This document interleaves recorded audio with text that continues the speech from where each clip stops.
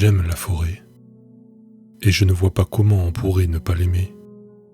Le gazouillis des oiseaux et le bruissement des feuilles m'attirent comme une mouche vers le miel.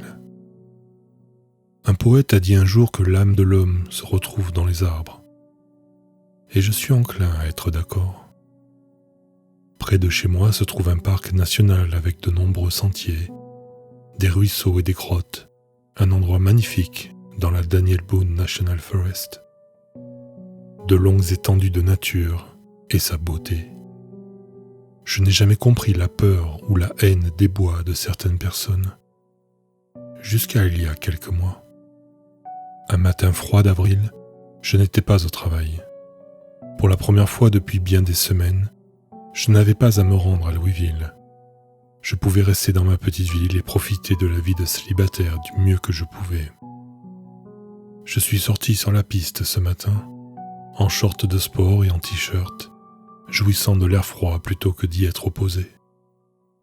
J'ai emprunté le sentier pavé et caillouteux qui partait du parking et dépassé le panneau jaune et marron qui vous accueillait dans la forêt nationale. Le parking derrière moi était plutôt vide ce matin-là. Une ou deux voitures de l'autre côté, le Crown Vic d'un garde forestier, assis sur son capot et dégustant une tasse de café. J'étais heureux de savoir que j'aurais le sentier pour moi tout seul, et j'ai donc commencé à courir, les écouteurs branchés et le volume à fond. Les arbres s'agitaient dans l'air ce matin, et le soleil se couvrait. Peut-être de la pluie plus tard. J'ai soufflé et secoué la tête en continuant sur le sentier. J'ai croisé un autre jogger à un moment donné, et nous avons échangé des signes de la main. Mais je n'ai vu personne d'autre pendant un moment.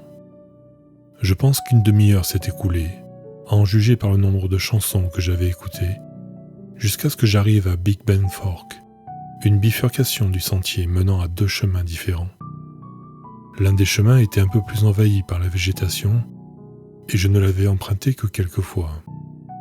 Il passait à côté d'un vieux grill et d'un banc, ainsi qu'un transfo électrique abandonné qui avait depuis été transféré sur l'autre chemin, mon chemin habituel, qui passait devant quelques terrains de camping et un quai de pêche. Cependant, à ma grande surprise, un garde forestier était là, armé avec ce qui ressemblait être un fusil tranquillisant dans ses mains. Il semblait surveiller le sentier et garder l'œil ouvert. J'ai arrêté mon jogging et enlevé mes écouteurs, lui demandant ce qui n'allait pas. Heureusement, ce n'était pas quelque chose de trop effrayant. Quelques gros ours avaient été repérés et errant autour et sur les chemins du camping en amont. Une femelle, un mâle et leurs oursons. Ils avaient déchiré la tente vacante d'un autre randonneur. Les ours noirs ne sont pas les plus dangereux, mais avec des oursons, les parents ont tendance à être très protecteurs. Mieux vaut prévenir que guérir, m'a dit le garde forestier, et que le sentier devrait rouvrir le lendemain, lorsqu'il pourrait localiser les ours plus profondément dans les bois. Un autre garde forestier avait emprunté le deuxième sentier et n'avait rien signalé d'anormal. Il m'a donc assuré qu'il était sûr.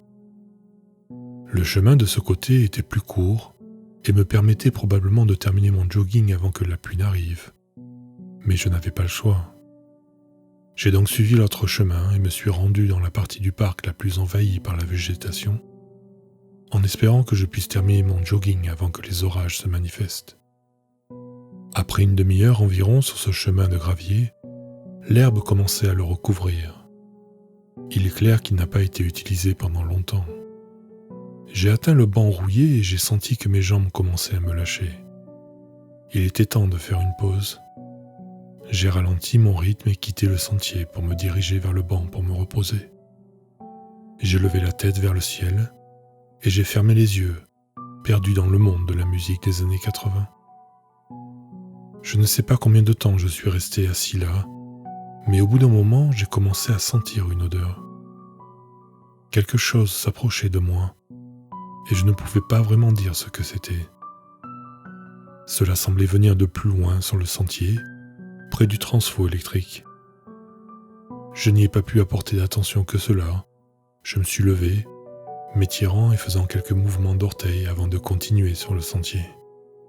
L'odeur est devenue plus envahissante à mesure que j'avançais sur le sentier. Et j'ai commencé à voir une matière étrange le long du sentier. Une matière de couleur rouge, noire, grise, éparpillée sur les côtés du sentier, ayant des motifs bizarres. Je me suis arrêté et j'ai ramassé quelques morceaux. Des cheveux noirs y étaient collés dessus, dus à l'électricité statique. C'étaient des morceaux de bâche, peut-être de cette clôture, bien possible. D'autres morceaux continuaient sur le sentier en direction du transfo électrique plus loin. Quelque chose me disait de ne pas aller voir, que c'était peut-être les ours. Mais je savais qu'il y avait un garde dans le coin, alors j'ai continué. C'est alors que l'odeur a empiré. Et je pouvais voir du rouge, des giclées sur l'herbe, du rouge sur certaines parties de la bâche, menant au vieux bâtiment rouillé ainsi que de la remise. Je pouvais dire d'après les traces que la porte du hangar était ouverte, et que la trace de cette peinture, ou... Non, ça ne pouvait pas être du sang, j'ai pensé. Mais je l'ai suivi. En quittant le sentier, j'ai marché jusqu'au transfo. Sur le chemin, un panneau rouillé et crasseux indiquait « Accès interdit ». L'odeur était insupportable à présent, et je pouvais deviner ce que c'était. Derrière l'abri, dans l'angle que je ne pouvais pas voir depuis le sentier, se trouvait un grand corps noir, velu, gras, semblable à un animal, et éventré. Une grande quantité de mouches autour de lui. J'ai mis une main sur ma bouche en retenant l'envie de vomir. Je me suis approché et j'ai pu voir son visage. Des parties étaient arrachées, laissant les os et des lambeaux de chair, mais pas de peau. Par contre, les traces rouges n'allaient pas jusqu'à l'ours. Elles pointaient vers le transfo. La porte était légèrement ouverte. L'abri était plutôt en bon état et assez grand. Il pouvait contenir quelques bornes électriques et des boîtiers de disjoncteurs, et peut-être 8 ou 9 hommes debout ensemble. L'odeur était très forte à présent. Les mouches bourdonnaient autour de moi alors que je m'approchais de la porte. Mon instinct me disait de faire demi-tour, et j'ai failli le faire, jusqu'à ce que j'entende un bruit de mastication. Quelque chose mâchait et crachait. J'entendis aussi une respiration, un frémissement, qui semblait venir d'un être humain. J'ai pensé que quelqu'un se faisait peut-être attaquer par un animal. Je ne pouvais pas partir. Quelqu'un était en danger. J'ai poussé la porte lentement. Une faible lumière venant de l'extérieur se diffusait en particules de poussière à mesure que la pièce s'ouvrait et s'illuminait. Les vieux boîtiers d'alimentation et les systèmes de contrôle étaient poussiéreux, détruits, depuis longtemps vandalisés et abandonnés. La trace rouge continuait, noircie et épaisse à l'intérieur du hangar, jusque dans un coin sombre. Je pouvais distinguer une silhouette dans l'obscurité, quelque chose recroquevillé, ou peut-être assis ou couché, je n'en étais pas sûr. Ma main est restée sur ma bouche, l'odeur étant absolument insupportable à présent. Mais j'ai poussé la porte plus loin. Les bruits de mastication se sont arrêtés au même moment où la lumière s'est propagée par la porte grande ouverte. J'aurais préféré ne pas être là. Un homme, ou plutôt un humanoïde, était assis là. Ses paumes étaient sanglantes et osseuses. Des griffes d'ours enfonçaient dans ses doigts là où les ongles avaient apparemment été arrachés. Son corps était pâle et parsemé d'épais cheveux et de ce qui semblait être de la fourrure grise et noire. En regardant son corps entier, j'ai vu quelque chose qui me donne encore des frissons aujourd'hui. Le visage d'un ours était comme mal collé sur son propre crâne. Ses yeux livides et ses traits décharnés, des morceaux de l'ours mutilés attachés à son propre corps. Son nez arraché et remplacé par un nez noir mal ajusté de l'ours que j'avais vu dehors. Plus loin dans le coin, derrière lui, l'uniforme reconnaissable d'un garde forestier du Kentucky. Ses jambes, ou ce qu'il en restait, dépassées, sa poitrine était complètement déchirée. et ses entrailles pendaient des doigts de la chose. Une expression de terreur était figée sur son visage à moitié dévoré. La chose me fixait, la tête inclinée comme par curiosité. J'étais figé en silence, tout comme lui, comme si nous étions dans une sorte de jeu de regard. J'ai eu l'impression qu'il me regardait avec le même choc et la même crainte que j'avais pour lui. Puis il a souri, un sourire denté, sanglant. Ses dents jaunes et tachetées étaient déchiquetées et se déchaussaient. Mon sang s'est glacé. Je ne pouvais pas bouger. Je ne pouvais pas parler. Mais un éclair et le grondement du tonnerre sont venus briser le silence et m'ont fait sursauter. Je n'ai pas pu m'empêcher de crier, perdant mon sang-froid à ce moment-là. La créature n'a pas aimé ça. Il n'a pas du tout aimé ça. Peut-être m'a-t-il perçu comme une menace ou comme une proie, mais il a poussé un hurlement surnaturel, et il s'est élancé du sol. J'ai été surpris, mais dès qu'il s'est mis à bouger, j'ai sprinté sur le sentier, loin de l'abri, loin de ceux qui me poursuivaient. Il m'a poursuivi en criant comme une banshee. Je pouvais entendre ses pas juste derrière moi, ses grognements, ses cris bestiaux et primordiaux alors qu'il me poursuivait. J'ai perdu toute notion du temps en courant, tout sens du réel. L'adrénaline m'a envahi et je fonctionnais à l'instinct. J'ai sprinté jusqu'à ce que j'atteigne presque le croisement de Big Bend, tout en regardant derrière moi pour voir si je pouvais encore voir ça. Mais je ne voyais rien. Dans mon élan, je n'ai pas vu ce qui était devant moi et j'ai trébuché. Je suis tombé sur quelque chose de dur et mou à la fois, charnu et spongieux, et j'ai immédiatement ressenti une forte chaleur sur tout le devant de mon corps et sur mon visage, chaud et inconfortablement glissant. J'ai lutté pour me lever, mais mes mains n'ont rencontré que quelque chose de spongieux, une masse d'humidité et de surface dégoûtante et gluante. Je me suis assis et je ne voyais que du rouge. J'ai essuyé mes yeux, puis j'ai découvert que j'étais tombé sur le cadavre du garde forestier. Son visage était en lambeaux, son abdomen déchiré et la moitié de son torse arraché. J'ai jamais crié aussi fort de toute ma vie et je me suis redressé, me tenant au-dessus de ce corps mutilé, jusqu'à ce que j'entende ce cri familier de banshee derrière moi. J'ai regardé par-dessus mon épaule et cette odeur m'a frappé à nouveau, l'odeur de cette créature. Je me suis alors souvenu, le fusil, et j'ai regardé au sol. Par chance, le fusil couvert du sang du garde forestier gisait juste à côté du sentier. Je l'ai attrapé et je me suis aperçu que c'était bien une arme à balles, et non pas un simple outil de tranquillisation comme je l'avais d'abord pensé. Petit calibre, mais suffisant, je pensais. Je l'ai pointé vers le sentier au moment où la chose gagnait du terrain. Il était encore plus horrible à la lumière du jour.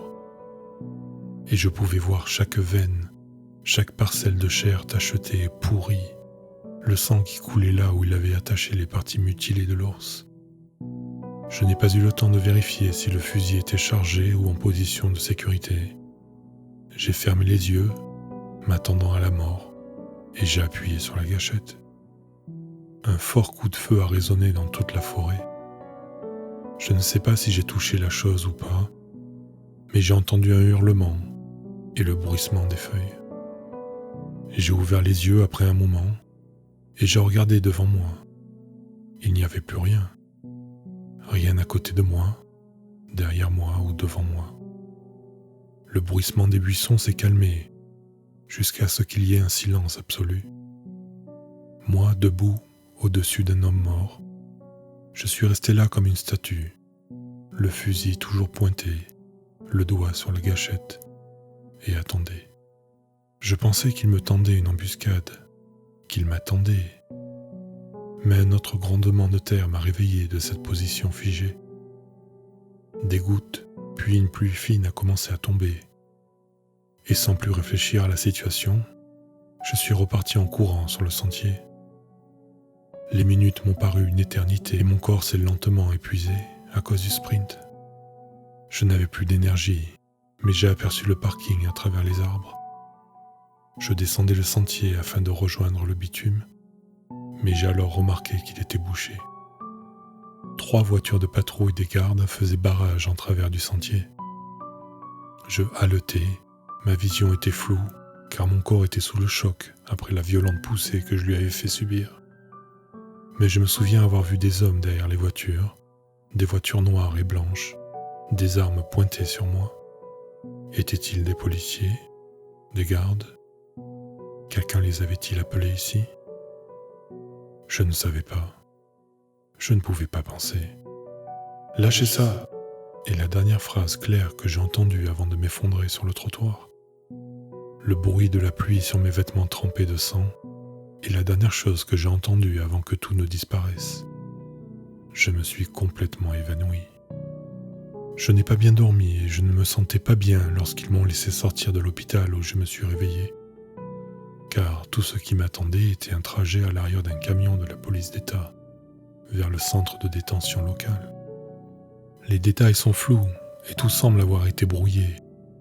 Mais les regards de certains policiers m'ont dit ce que je devais savoir. J'ai comparu au tribunal peu de temps après.